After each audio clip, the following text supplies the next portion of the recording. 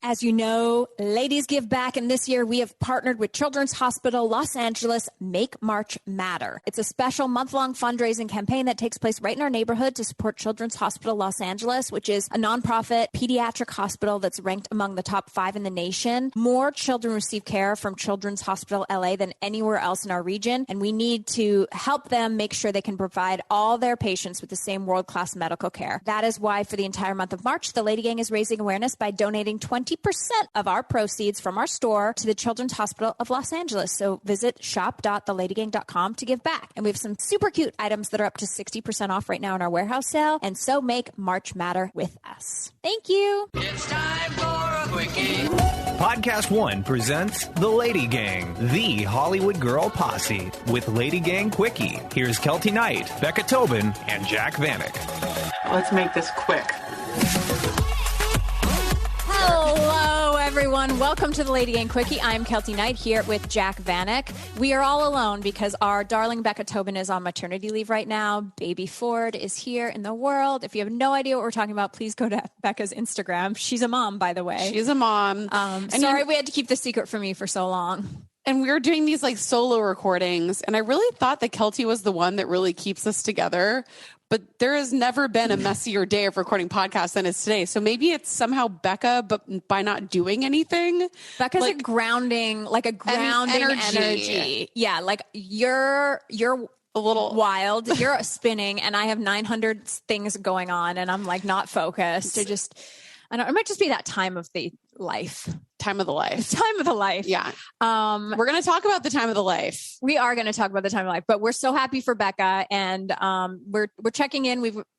She hasn't sent us any. I mean, we got to see the baby. We saw the baby for like 1 second on Zoom. That's she was all like, we get. Wanted to do a meeting, and then I was like, "Can we see the baby?" Like she's Jesus. rationing him out to us, Yeah. and we're just like waiting for her to let us know when we can see him again because we don't want to ask and be annoying. I guess we'll be taking our flight to Austin and just knock, knock, knock. Aunties are here. Aunties are here. We're ready. But so I thought since we had this time and she's off in Mama Land, we'd talk about me. No, I'm just kidding. Of course. No, we are. Listen, I'm so excited because I have a new show. I know. Well, you haven't talked about it. Well, you alluded to it in one of the Good Week, Bad Weeks, but you couldn't really say that much just because you're still in like, is it going to get picked up? Is it not going to get picked up? So now here's your opportunity to really tell the whole story of Superfan for everybody to hear. I think, and this is exciting, and Jack was a major part of this. So it's pretty cool. So let me just like take you back into early, when I was like a professional dancer, I used to have this YouTube channel. Yeah. And I made a show called Stage Right End Girl for the Rockettes. So I was like the Stage Right End Girl, and I would like make all these stupid videos of me. And that's like kind of how I started making shit. And then, blogged and whatever. And then when I ended up, this is a very long story, but I was at like a brunch with some like people. Because I was like I'd written that book, the terrible first book, Rockettes, Rock Stars, and Rock Bottom, a classic. A classic, New York Times bestseller. Well, no, at the time, here's what happened. At the time, I got introduced to our still lawyer, Carolyn Conrad, and she had got me introduced to all the agencies. And actually, Rockettes, Rock Stars, and Rock Bottom had been optioned by a production company and to make a TV show based on it. Oh my God. And Hilary Duff, I took a meeting with Hilary Duff to play me. No. I swear to God. No. She didn't do it. It never went anywhere, but I definitely sat on the CBS lot way before I worked there. I can't even remember the production company, but there was this whole idea they were going to do this like young dancer in New York City, like Sex and City version, and Hilary Duff was going to play me. That is insane. I'm just letting you know. How have you never shared that story before? I don't know, because I'm just like, well, and then it didn't happen. I don't like to share my disappointments. So anyway, so after that, I met Carolyn, and then I was, auditioning for like dance jobs, and I saw this like hosting job for Live Nation. I was like, well, I love having sex with musicians. Yes. And I love talking. So maybe I could do this job. Cause like when you're a struggling dancer, you'll literally do anything for $100. Right. I mean, not anything, but like pretty fucking close. Yeah. I once like got painted gold in a bikini and had my hair slicked back in a ponytail and danced as like a golden statue at a bar mitzvah. Oh. Like you'll do anything for $100, Yes. you know? So I was like, okay, I can do this job. So I applied for this job at Live Nation and I got the job. And I was like this music host. And ever since then, I was like, I am the greatest VJ on the planet. Now, VJ, I realized that many of you youths don't understand what VJ is. No. Jack? Yes. This happened to me on Instagram. Someone's like, what's a VJ? I mean, TRL, Carson Daly. It's a DJ for videos, guys. Yes. A video DJ. Well, they don't Video have J. we don't even have music videos anymore, Exactly. really. I mean, not really. That's So sad. So I was like, I'm going to be a VJ like MTV. This is my next life. Yeah. So shortly after that, this show that I was doing for Live Nation got canceled. Famously, Chris Knight told me at his 30th birthday, sorry about your job. Then I loved him because he was an asshole. Anyway, long story short, then I was at this brunch about this Hilary Duff book and I met a woman who worked at CBS and she was like, hey, I know this is crazy, but like we're starting some online stuff. Could you like maybe do like videos for CBS the way you did for your blog? Yeah. For BuzzNet? Ooh, yeah. And I was like, sure. I had no idea. I didn't even own a television, guys. Like I went to work on that lot with a fucking handy cam and iMovie. And I would like, I saw the pictures. I would make my own videos. I'd like I literally used to get the LA Weekly, see who was in town that week for a concert, and then like write their website being like, hi, I'd like to interview One Republic. Like, oh my God. you know, and all those bands were babies at the time. And then over time, I figured out how publicists and how the whole game works. So anyway, that's how I got in to start working at CBS. So then I kept getting moved up and like I was online and then, sorry, I have something in my mouth. And then eventually the boss at the Insider and Entertainment Tonight was like, oh, we're out of correspondence. Like, get that weird girl with the purple hair. And like, we'll use her. Cause at the time I was doing like purple clip-in tips. Remember when tips, like colored tips was like way before Taylor Swift Lover. Anyway, so I was so excited and I got put up and then I spent 10 years like being on TV. And then I will finally admit to everyone, like 2 years ago, right at the beginning of the pandemic, I had a little bit of a money. How do we even explain it? Well, I don't even know what you're saying. We had a budgetary issue with my job at ET. We had a budgetary time issue. And I believed that my time after a decade and how many hours a day I worked and how many weekends I worked and the amount of work I did was worth this certain number. Yeah. And obviously they did not agree. They did not agree. And that's okay. Like there's no hard feelings there. It's like, you know, this is what happens. And I was glad for myself that I didn't cave because I could have caved and been like, it's fine. Just treat me like whatever. And I'll just keep the job because it's a very high profile job that got me a lot of opportunities. Yeah. But instead and I talk about this in the book, so I don't want to give too much away, but like I was like, okay, I'm walking away here. I kind of like committed to just working part-time for them, which was great. And it actually, I'm very thankful for that because it kind of made ripping the Band-Aid off something I'd done every day for 10 years a little easier. But like I packed up my office, I sold all my dresses. Like I was like out of TV and I felt like a fucking loser. But right after that, my friend at the network, her name's Jody. She's now my partner in our production company, Yacht Money. Great name. I know. So good, right? So by the way, can you make me a logo? Anyway, you can pay me with the Superfan money now. Exactly. So Jody, there was a huge like amount of layoffs at CBS and she'd been an executive there for 20 years. Mm-hmm. So how weird that like two friends kind of going through a similar situation where we're like, what are we going to do with our lives? Yeah. And I had this idea for a music show for like 15 years. I had originally called it Fans versus Bands. Oh. And I actually had it registered with like the Directors Guild, like did all the things. And it just never was right. It was never the right thing. And I sat Jody down and I was like, I have this idea. Like I've loved being a part of so many different fandoms. I hated being a part of the Panic at the Disco fandom when like we were pitted against each other, but like that was I secretly loved it. I secretly still love it. Yeah. But like fandoms like are so interesting. Yeah. And fans of things. Yeah. It's like such a cool world. And I was like, there needs to be a show. First of all, there needs to be music back on television because there's like really nowhere. So the way it came about is that I was talking to Chris and of course he's in the music business. And it was like, what do your big A-list clients do? Like, what do they where do they go when they need to promote something? They get 3 minutes on Jimmy Kimmel. They make a music video that nobody watches. They maybe go on Good Morning America. Like, I don't know. How do you, I mean, you're cool. So like you find out about music, but like, how do you find out about pop culture in the general sense? Yeah. I don't know. I guess you kind of just do your rounds. You like, maybe you're a guest star on The Voice or something like that. And then that's about it. Right. And it's like, how do you hit stale? It's stale. And like, obviously if you follow Rihanna, you're going to know the Rihanna stuff that comes out on Instagram, but even with the algorithm, like a quarter of her fans are seeing her shit. You know? So I was like, let me create like something, a musical something. And so Jody and I got together and I had this original idea and she was like, okay, let me executive this for you. Cause like there's a whole bunch of Superfan that like just not going to work. Yeah. And we came up with this show, Superfan. And that was in the beginning of COVID. So it was 2 years ago. And I wrote out everything. We were like so intense about it. We sit in my living room, like really figure out what it was. And then I went to Jack and I was like, can you make me a beautiful Jack Vanek deck? And it was Jack Vanek's deck that sold the show. We sent it into CBS.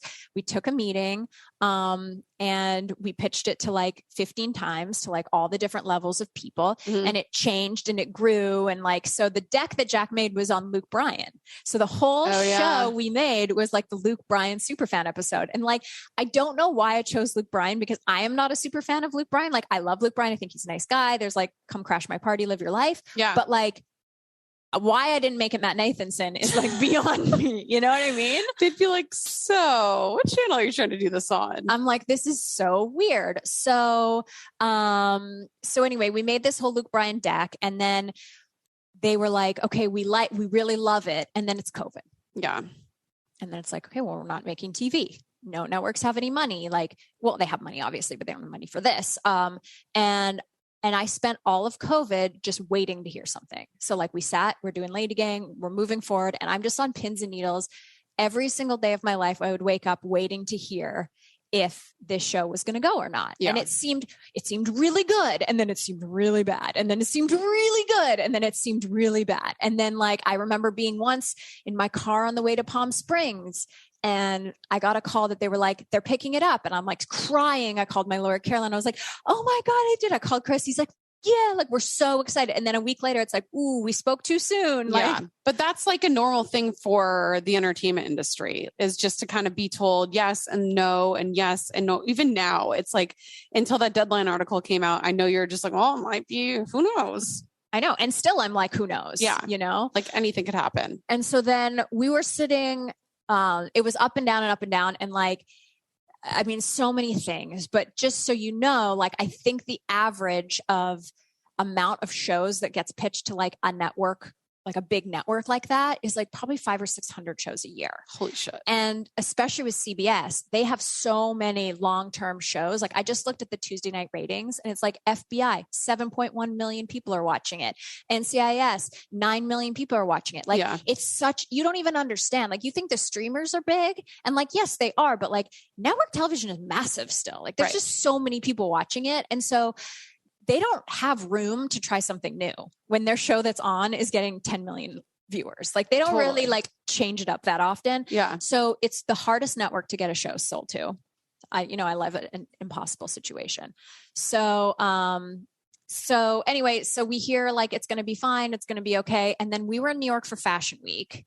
Yeah. And was I crying in the lobby because it was happening or it wasn't happening? I can't remember what it was. Okay. When we come back, I'm going to tell the rest of this actual super embarrassing story.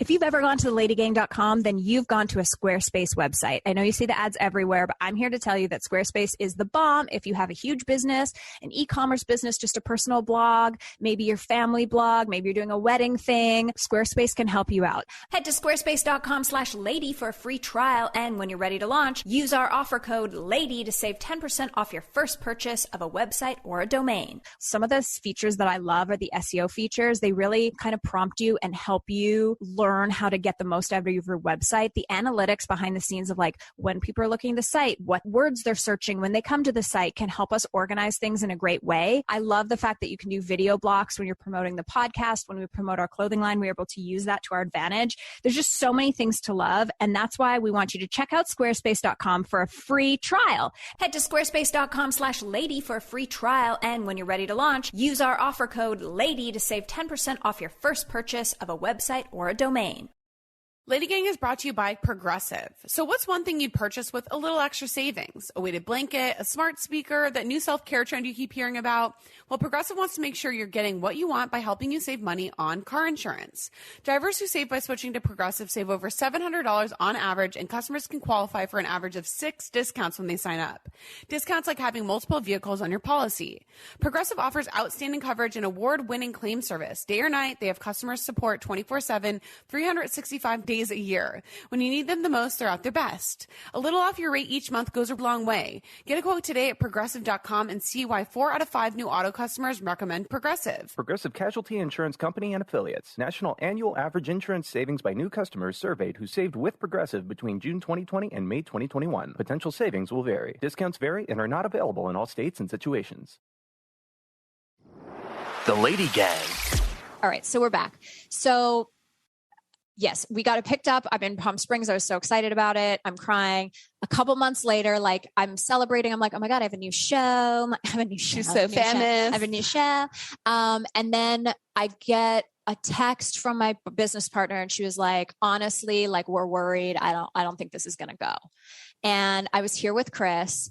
I was so upset, you guys. I drank an entire bottle of wine from the bottle by myself, sitting in my chairs here in my bedroom, and I'm bawling. And Chris is like, it's okay, babe. Like the Lady Gang is so popular, whatever. And I'm just crying out, I still want to be a star. I still want to be a star. It's like, it was like your innermost ego, my innermost ego that was just so damaged because it's like still your biggest dream. And I was so broken after leaving ET, but I had this little flicker of like, it's okay because you're moving on. You're doing another thing. So even though you feel worthless in this moment, you're working on a bigger project. You're worth it. Like you're worth it. Someone else thinks you're worth it. Yeah. Like this might not be, you know, and I love ET and like, I'm always a part of that family for sure. But like, there was a part of me that was like, kind of like when you break up with your boyfriend and you're like, you have a rebound. Yeah. And you're like, okay, it doesn't matter that like the love of my life is not into me. Like I'm okay because I've got a new hot guy and like, I'll just focus all my energy on that. Of course. So when that fell out from under me, Desperation's Nation. Yes. So then Jack and I go, we spent a lot of time together this year. We did. It was nice. Jack and I go to Fashion Week, which is the most like soul crushing thing probably of all time. So you're like, let me get all dressed up and like call the paparazzi myself and then be like, hi, I'm Keltie. I was invited here. Do you want to take a picture of me? Neither of us wanted to be there, but somehow we ended up there anyways. This is very strange. So we go to Fashion Week and we're working from the lobby of the hotel. And I think I get a call that it's on again. Maybe. Yeah. Or yeah, it must have been on again, or like, oh, it's still in play. I think it was still in play. And then I start crying then again. Anyway, that was like a year ago, guys. So it's been an entire year of up and down since then. My parents are like, what are you doing for a job? Like, anyway, so in January, we got the word, like, we got to move and we want to start really working on this. So since then we've been like in full tilt. And I had no idea the Deadline article was going to come out. Like I knew that they were going to announce it soonish. I had no idea it was going to come out on the day that Becca announced her baby. Like I feel like such a tit. I'm like, oh my God. And then people are like, you would do this. And I was like, oh my God, like people think I'm that person. Sometimes. But I couldn't. Here's the thing. I wanted to put it out because we're casting the fans. Yeah. Like you know? Now. Yeah. Superfancasting.com. Listen, it wasn't your fault. We're casting the fans and we want people to know that the show is real because what was happening is with, when you're posting I'm probably getting in trouble, but I've been posting about it. Shania Twain's episode, like a lot of the Shania Twain fans are writing in to Shania's fan club and being like, is this a catfish? Right. Because it doesn't seem real if you can't say the network it's on. Yeah. So now that it's out, you can say the network it's on. I think we'll get like more people applying and stuff. I mean, we're already getting crazy people applying. There's like lady gangers that have applied. I see you, girl. But yeah, it's just been like such a wild ride. So now I just have to work my ass off for the next 3 months, actually get it filmed. Yep. And then once you film it, you have to get them to air it. Yeah. And then once it airs, it has to rate incredibly well so that we can get a second season. Yeah. So it's like, it's a never ending heartbreak that I know I'm putting myself up for, but this is what I'm doing. You do this to yourself, but I feel like this was your calling. You're meant to make like really big TV. And I'm glad that it's finally, yeah. Thanks. I mean, you've always had like the biggest boss energy, especially when it comes to that. You know how TV works. You've been doing it for so long. Like this is where you deserve to be. Thanks. But it is one of those like constant uphill climbs that like anything could happen. And it doesn't mean that what you're doing is bad. There's so many outside elements that could affect something, whether that's budget, timing, whatever. And you still have to take the L, even if it wasn't you. Right. Exactly. But hopefully that won't happen. Well, I do feel like LadyGang TV set me up. Like I was texting Matt Anderson, who we worked with on LadyGang TV the other day. And I was like, you really like taught me, like I got rid of a lot of toddler energy on that show.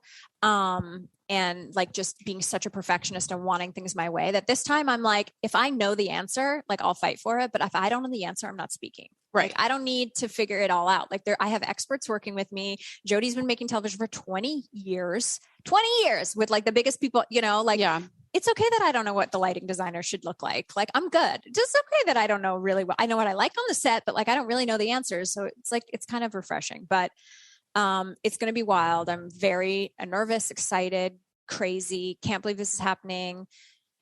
Can't believe the universe waited till I was 40 to make it happen. Like there's just so many thoughts about it, you know. I can't wait to see what your outfits are.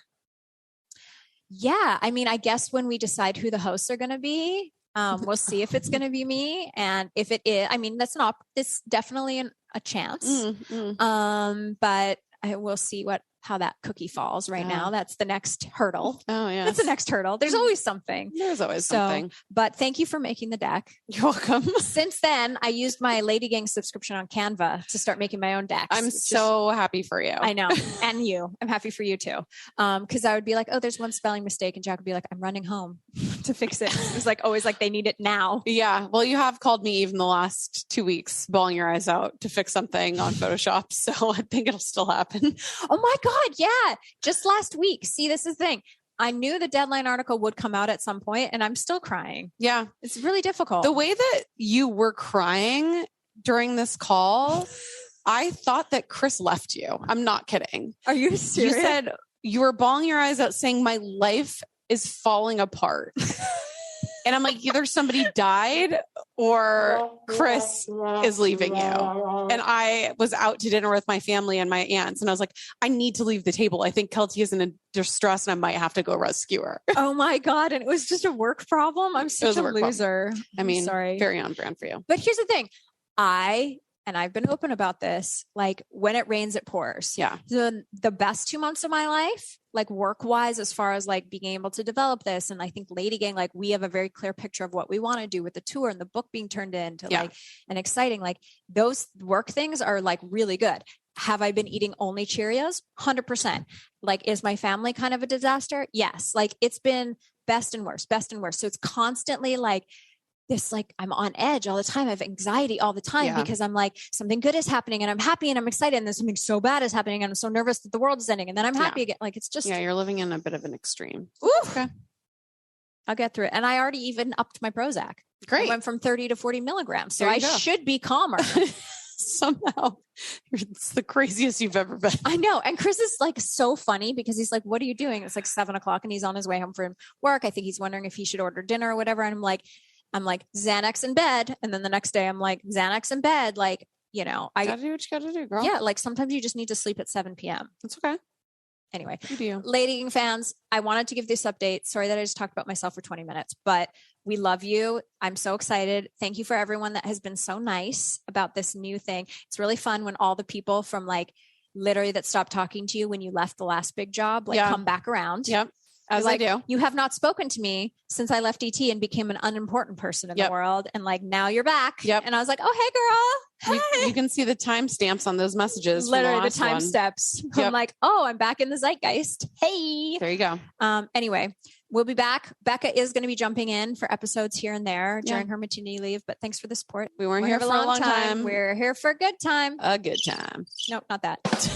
Thanks for listening. The LadyGang is produced by Alex Ingber, Steve Delameter, and Jared Monaco. Make sure you subscribe, rate, and review our podcast. And if you love it, share it with your friends on social media. Like, oh my God, I just listened to LadyGang. This episode's so great. Swipe up to listen. And if you really want to, which we know you do, please follow us on social. At Keltie, at Becca, at Jack Vanek, and at The LadyGang. Sign up for our newsletter at theladygang.com and join our secret Facebook group. It's super fun. See you next Tuesday.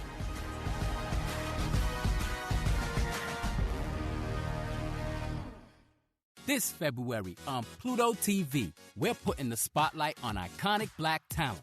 Watch your favorite movies like Top 5, 48 Hours, and More Than a Game. And drop in to binge Black TV classics like The Bernie Mac Show and Moesha. Pluto TV has hundreds of channels and thousands more movies and TV shows, all for free. So download the Pluto TV app on your favorite streaming device and start watching today. Pluto TV, drop in, watch free.